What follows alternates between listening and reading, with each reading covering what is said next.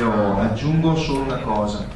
Intanto mi complimento con uno dei miei vicepresidenti perché non è caduto in un certo senso nella provocazione quando c'è stata la risata, e in questo vi testimonia quanto io mi possa sentire sereno nel assolutamente delegare a tutti quanti le persone che fanno parte di questo comitato. Però ciò nonostante, essendo questa una serata pubblica, dal mio punto di vista l'intervento del signore Refon non va ignorato, per cui essendo un dibattito io, dal fatto che amichevolmente lo conosco, anche lo invito a prendere la parola perché penso che sia interessante sentire il suo punto di vista. Tanto saluto anche il consigliere Franco Bonfante che ci ha raggiunti e lo ringrazio. Grazie. Buonasera a tutti, mi chiamo Gian Maurizio, sono residente qui a Ciarea. Una cosa sola, dal punto di vista tecnico io non ho nessuna dimostranza da fare perché non ho dati, non ne conosco e non voglio iniziare una discussione su temi estremamente tecnici che vanno affrontati da persone che hanno studiato approfonditamente come il vicepresidente del comitato, che hanno studiato approfonditamente la questione. Faccio solo una considerazione: energia elettrica, i consumi sono in aumento costantemente, anno per anno. Tutti vogliono le comodità, nessuno di noi rinuncia al condizionatore d'aria, nessuno. Ci sono le tapparelle elettriche, c'è la tenda da sole elettrica perché si fa fatica, per cui i consumi sono in aumento anno per anno. Per cui se anche adesso noi siamo autosufficienti dal punto di vista dei consumi elettrici, non lo saremo fra 3, 5, 10, 15, 20 anni. Guarda le curve di crescita del consumo elettrico. Prima cosa. Seconda cosa, centrali a biomassa, a quanto so io, ce ne sono più di 40 in Trentino Alto Adige. Ovviamente in Trentino Alto Adige, stando ai dati della signora, sono tutti morti di cancro 3 anni fa, i bambini che nascono con 3 teste, gli amministratori pubblici pensano solo a distruggere il territorio e il Trentino è una landa desolata. Non so se questo sia corrispondente al vero, insomma. Mi sembra che in Trentino Alto Adige ci sono alcune centrali a biomassa al centro dei paesi.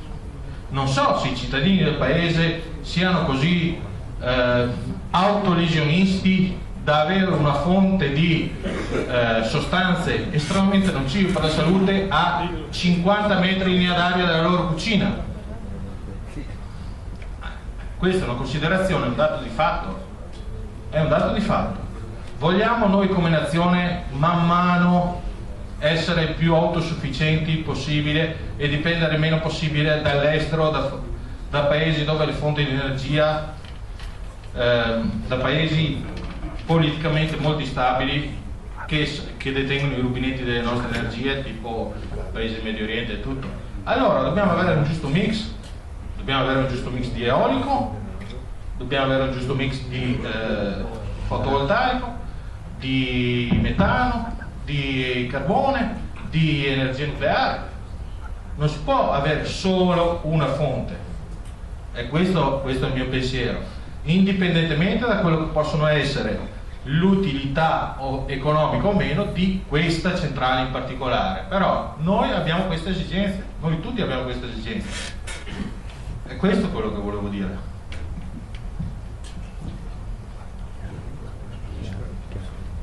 Se c'è qualche altro intervento così cerchiamo di... Io vorrei fare una domanda al sindaco che è presente. Io sono De Fanti, abito in via Roma, qui a Ciarea. Vorrei far presente appunto che dove abito ho già una centrale a biomassa sotto le finestre. Dal centro di Ciarea, secondo una statistica ancora di alcuni anni fa, passano oltre 30.000 veicoli al giorno tra camion e automobili. Ecco, mi risulta che l'amministrazione comunale negli ultimi anni non abbia mai fatto un rilevamento delle polveri sottili e dei gas emessi dai veicoli che attraversano il paese. Quindi è molto importante sapere se l'area di Ciarea è nei limiti di legge e se il sindaco può garantire la salute dei cittadini. Cioè, l'argomento trattato questa sera è molto interessante perché cerca di tutelare la salute dei cittadini, però bisogna tenere presente anche degli inquinamenti che abbiamo già sul territorio e che purtroppo rimangono tali, anzi vanno aumentando. Cioè, mi risulta che anche alcuni comuni abbiano aderito all'iniziativa antismog della provincia, però io ho visto che sull'Arena CERE non è citato e neppure sanguinetto. Buonasera, Pelio Cagalli. È assolutamente encomiabile e condivisibile il contenuto tecnico delle relazioni che sono state proposte questa sera in merito allo specifico di questo impianto. Però a me piacerebbe che in questi incontri, ormai visto che sono 30 anni che bazzico nell'ambiente del comparto ambientale, si dicessero anche altre cose importanti, e nella fattispecie probabilmente bisognerebbe fare un po' di storia rispetto a quello che sta dietro a queste iniziative, e vale a dire perché nascono le centrali biomasse, perché nascono nel comparto agricolo, perché l'agricoltura sta attraversando un momento drammatico. Ergo, laddove si va a proporre un'alternativa che abbia una valenza economica, è chiaro che questa viene abbracciata, è assolutamente normale e assolutamente comprensibile. Ma dietro ancora cosa ci sta, e è quello che io vorrei sentir dire, e Boggiani non ha detto delle sciocchezze, assolutamente, è condivisibile il filo guida del suo discorso. Cioè in questo paese sono state fatte delle scelte energetiche tragiche, ok? Tragiche, a cominciare, e a qualcuno potrà non piacere, alla rinuncia tout court del nucleare che è stata fatta negli anni '80, ok? Ergo, non so se sia proprio vero che siamo autosufficienti dal punto di vista energetico, ho qualche dubbio. Premetto che mi sono occupato di centrali termoelettriche, di conversioni in turbogas e in blindati, e quindi so di cosa sto parlando. Ma il fatto è che comunque, anche se fosse vero che lo siamo in parte, ci conviene comunque importare il nucleare che fanno i francesi, questa è la realtà. Diversamente non si capirebbe perché Enel 2 anni fa ha rilevato le termonucleari della Repubblica Ceca che sta convertendo, quindi poi useremo energia nucleare fatta con capitali Enel prodotta in Repubblica Ceca. Non si capirebbe perché Enel sta contribuendo alla costruzione di 4 reattori sulle coste del Mar Nero presso Costanza in Romania, dove produrremo nucleare che poi useremo in Italia. Tutto questo per dire cosa?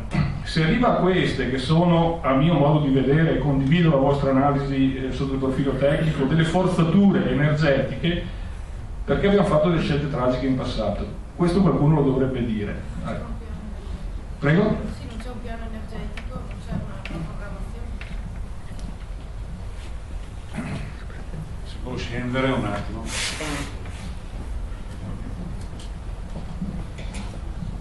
No, io volevo rispondere ai signori delle centrali nucleari e dire scelte tragiche. Ringrazio invece chi negli anni '80, io che non ho potuto, hanno firmato contro le centrali nucleari. Io ho fatto